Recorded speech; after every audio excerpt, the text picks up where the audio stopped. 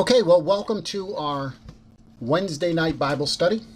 We are in the book of Genesis, and tonight we'll be looking at chapter 32. As you're finding your way there in your Bible, we'll just kind of recap briefly of where we've been. If you remember, in 31, there was the transition period of Jacob. He's leaving the area of Padan Aram. He is, in essence, he's trying to escape Laban. There's been some problems with Laban over the years. Of course, Jacob has contributed to some of the issues. But overall, that 31 is about the departure of Jacob from the household, the area where Laban is living and working, and he sneaks away. At the end of chapter 31, we end up with a confrontation, really, where Laban catches up to Jacob after he finds out that Jacob has left. He kind of snuck away. God meets Laban before he ends up confronting Jacob. So God intervenes and speaks to Laban in a vision and tells him, you better watch what you say to Jacob. Be careful what you say. So he has a confrontation with God, and God says, be careful.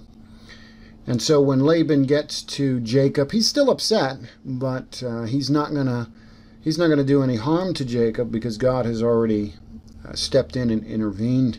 They basically make a covenant between one another at the end, where they set up a pillar, a little bit of a monument. They make a covenant. They eat together, and they basically say, "Okay, you don't cross this border. You go your way, I'll go my way, and the God of Abraham and Isaac will kind of watch over both of us to make sure that we're acting appropriately."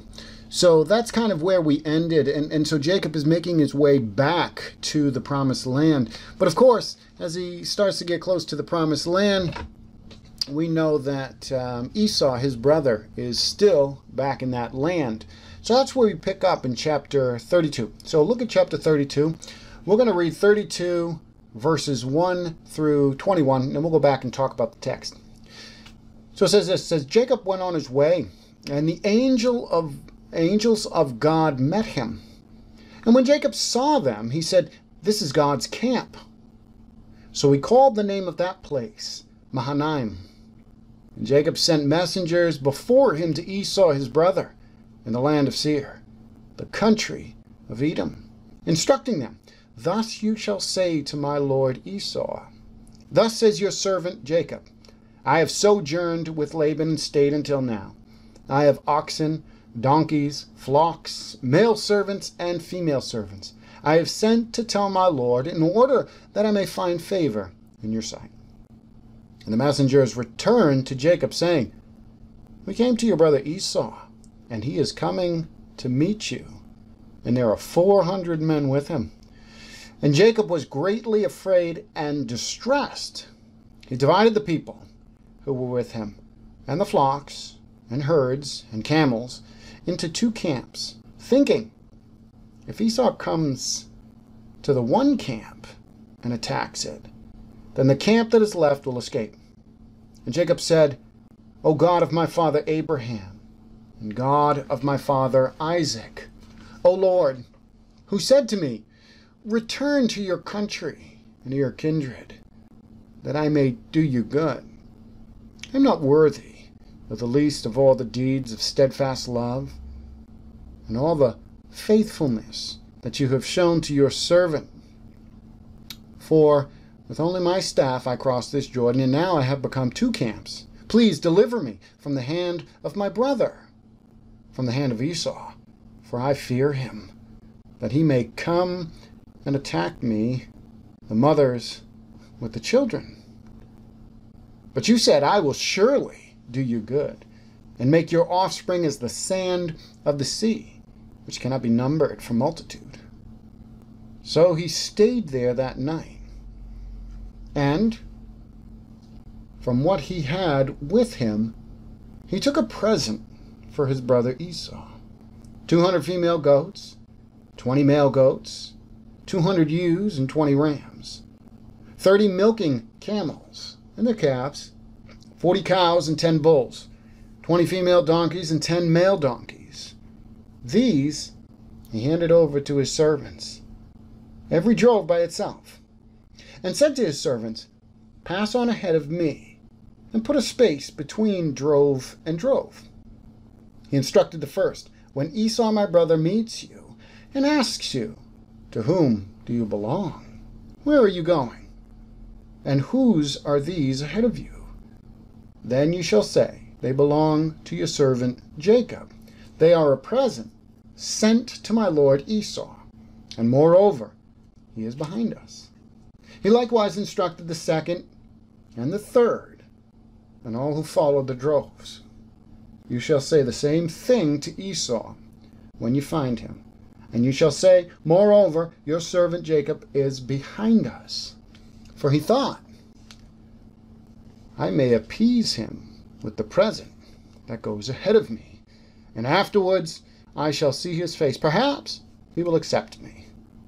So the present passed on ahead of him, and he himself stayed that night in the camp." Okay, so in verses 1 through 21, we've got the scene set there for us. But as we begin to look at this text, we want to ask, what is the first thing that happens to Jacob as he travels home after he had met with Laban? The end of chapter 31, he meets with Laban. He's on his way back home. The first thing that happens is what? Well, the first thing that happens is he sees the angels of God. And when he sees them, when he gets this vision, he says that this is the place of God's camp, right? This is where God's camp is. God is here, and his servants, the angels, are here as well. So there's something special, something unique. God gives him this vision. He's able to see these angels here. Now, what does the vision of the angels of God tell Jacob or communicate to him? What is this vision all about?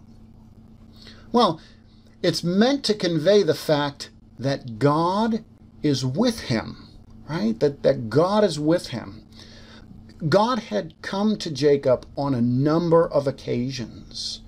And before he even leaves Padan Aram, before he leaves Laban's household and the area that he was at where he was working for and with Laban, God had come to him.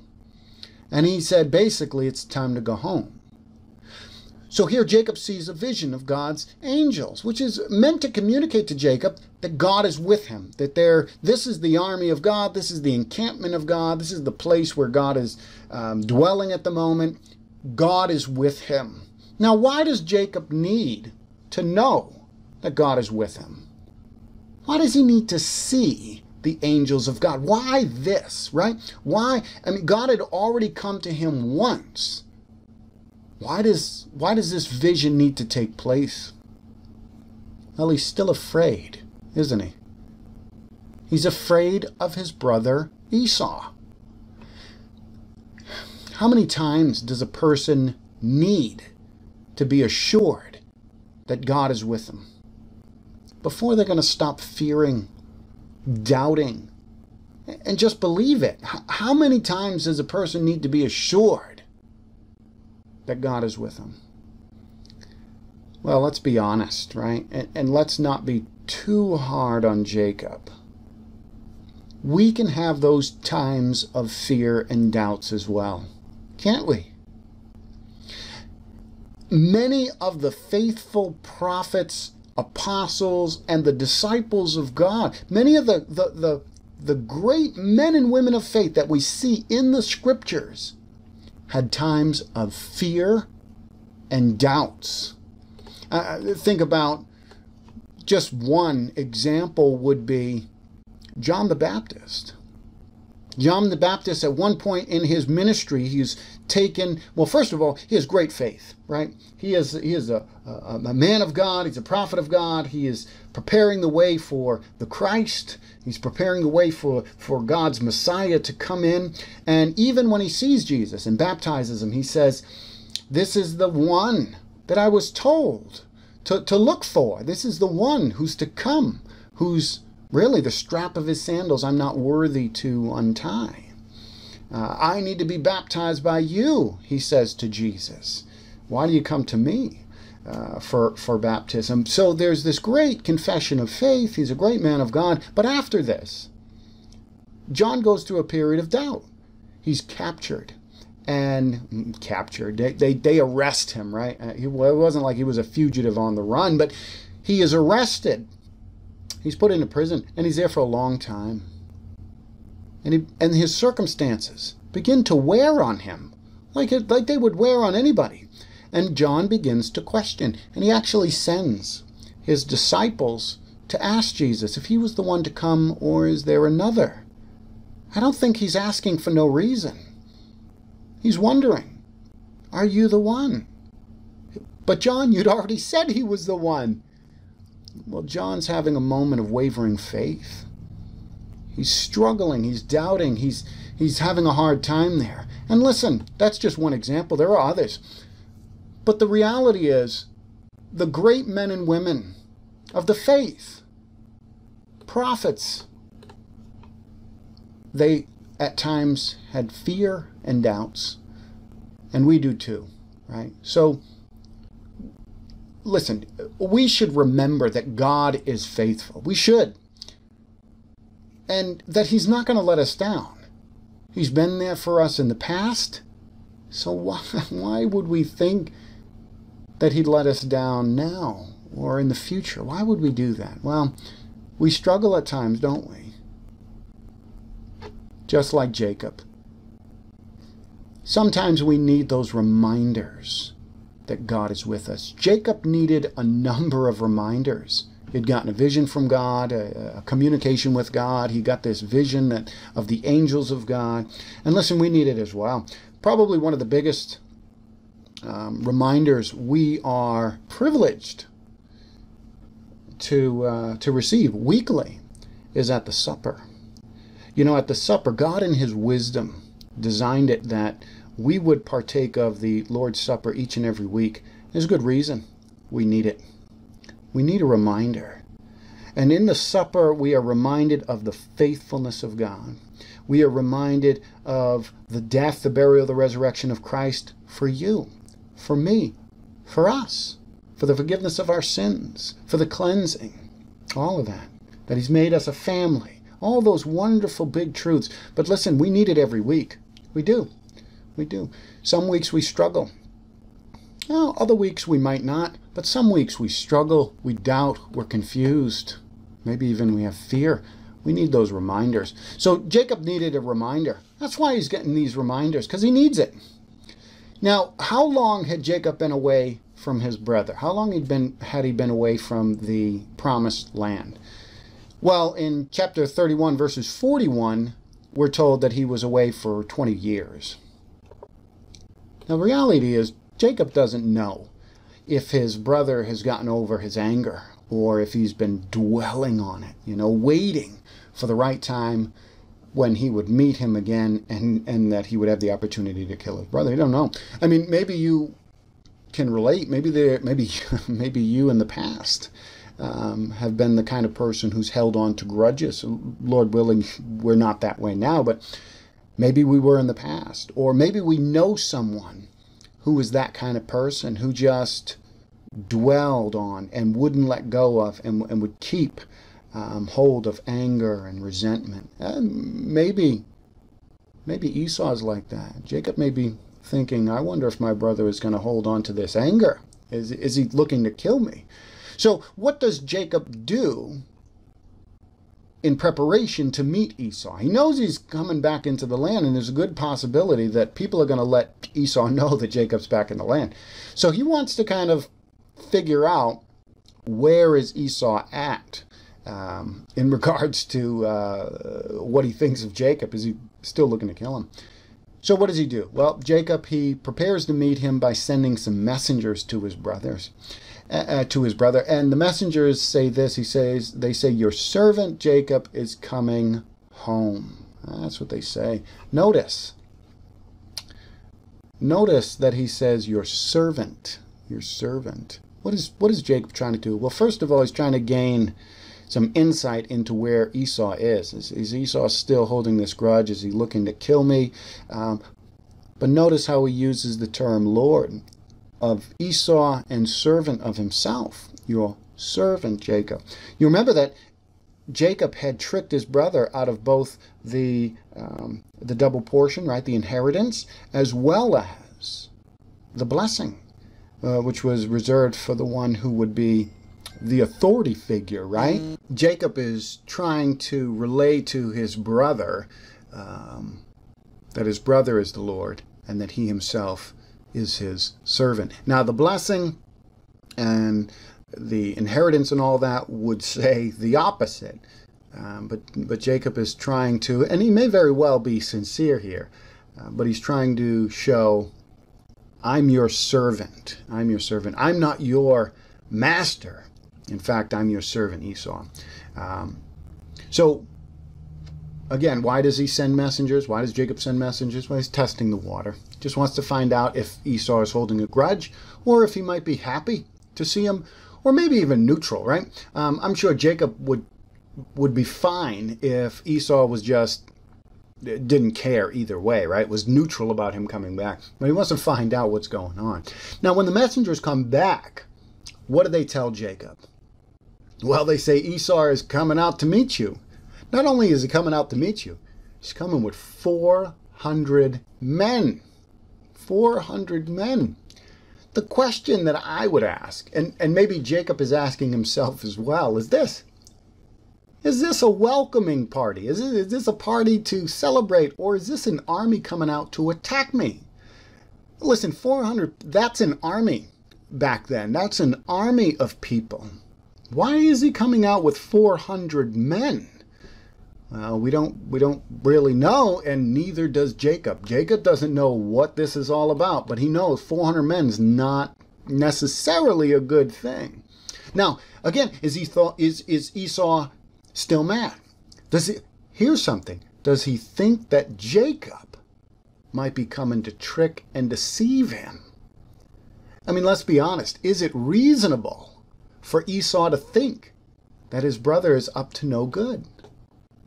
Well, I think so. I mean, Jacob has shown himself to be a cheat and a thief. As far as Esau knows, the last time he saw his brother Jacob, he was cheating him out of his blessing. Not only cheating him, but deceiving his father and everything. So, as far as Esau knows, Jacob is still a trickster, a thief, a cheat, a scoundrel, somebody not to be trusted. So Esau may be coming out with 400 men simply to say, maybe it's party, right? Maybe he's coming out partly in celebration of his brother, and maybe just to make sure that Jacob doesn't try anything funny, right? That, you know, this is a show of force. Esau may not be angry, but he also may simply be saying, you know, you need to watch yourself. I'm not going to be taken advantage of again. We don't really know because the text doesn't tell us, but I think we could theorize some of these things. If it were us, and we were the brother of Jacob, we might want to do something like that. We might not be angry, but we might want to just show a little show of force to say, you know, don't try anything silly here, okay? I hope you've changed. Don't try anything silly. Now, when Jacob finds out that Esau is coming with 400 men, what does he do? Well, he falls back into some old habits, doesn't he?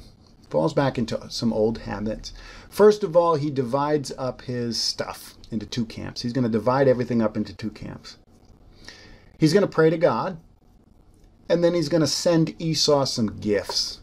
And not only is he going to send him a gift, he's going to divide up the gifts. So it looks like multiple gifts, right? Lots of things are going to be sent. One after another after another. Now, why does he go through all this trouble? Something has got to work. Right? Something has got to calm down or placate my brother here. Something is going to work. Now, again, it seems clear to me that Jacob divides the camp, prays to God, and sends Esau these gifts because he's trying anything and everything to keep himself alive. Now, we might ask, are these smart things for Jacob to do? Well, just on an earthly level, right? Just on a physical, material, not talking spiritually or anything. I think there's probably some smart, this is probably pretty smart for him to do. But the real question is this: is God in control? Has God promised to be with Jacob and to do him good, to keep him safe? Well, the answer to that is yes, he has. So what should Jacob have done? He should have prayed to God. He does pray to God. He should have done that. He should have prayed to God, found his strength in him. I think that's all he needed to do. I don't think he needed to try to work by his own power, that he had to try to trick his brother or try to do something to placate his brother. No, I think he simply needed to rely on God. You remember when Jacob is getting some pay from Laban, right? He works for Laban. He's going to work for him, and he's going to get all the spotted and the speckled sheep and lambs and all of that. What's he do? He doesn't simply listen to God. He doesn't simply, because God says, I'm going to bless you, and don't worry, it's going to work out fine. He tries to manipulate the situation, doesn't he? He does some magical stuff with some sticks, thinking that something's got to work. I think that's what we find here again. What he needed to do was simply pray to God, find his strength in God, and remember, God has been faithful in the past. God will continue to be faithful in the future. So I think that's what he should have done. Now, does that mean that making plans, if we just talk about making plans, making wise plans is a bad thing to do? Well, of course not. Of course not, right? But the real issue is that Jacob still doesn't fully trust God at this point. He's struggling. Now again, I want to walk the balance, right? I want us to be careful that we're not too hard on Jacob, but also that we don't let him off the hook too easily. Because the same would be true for us, right? We don't want to be too hard on Jacob, because we ourselves at times can fall into this. But we also want to make sure that, listen, at the end of the day, God is faithful. He is faithful. Jacob is going to learn that lesson, and we need to learn that lesson as well. Now, God is patient with Jacob, and the good news is God's patient with us as well. Isn't that good? Ain't that good news? Yeah. So we're going to leave it there for this week, and what we will do is we'll pick up next week, Lord willing. We'll look at verses 22 to 32, where Jacob wrestles with God, and then we will hopefully move on into Genesis chapter 33. I hope this has been a blessing to you, and I hope you take the rest of this week to serve God in anything and everything you do. God bless you.